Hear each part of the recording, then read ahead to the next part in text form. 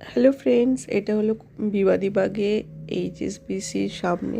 তো আজকে আমি কলকাতাতেই আছি, স্কুল যাইনি, মানে আমি অন ডিউটি আছি কিন্তু স্কুল যাইনি বিকজ স্কুলের কাজেই কলকাতায় একটা অফিসে কাজ আছে বলে ম্যাম আমাকেই দায়িত্ব দিয়েছেন। তো সেটা নিয়ে আমি যাচ্ছি।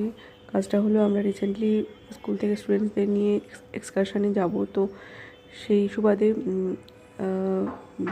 স্টুডেন্টস ইউথ হস্টেলগুলোর যে কনসেশন পাওয়া যায় স্টেট গভর্নমেন্ট থেকে, সেটা নেওয়ার জন্যই গেছি। প্রথমে গেছিলাম বিবাদীবাগ ইউথ হস্টেল সার্ভিসেস অফিসে, তারপরে এই যে রাজ্য যুব কেন্দ্র যেটা, সেখানে এলাম মৌলালিতে। দেন আফটার দ্যাট কাজটা কমপ্লিট হলো, তারপর বাড়ি ফেরার পথে এই সমস্তগুলো ছেলে নিয়ে এলো। এগুলো কিন্তু সবগুলোই রাবার, দেখে মনে হচ্ছে ছোটো ছোটো খেলনা, বাট এগুলো রাবার।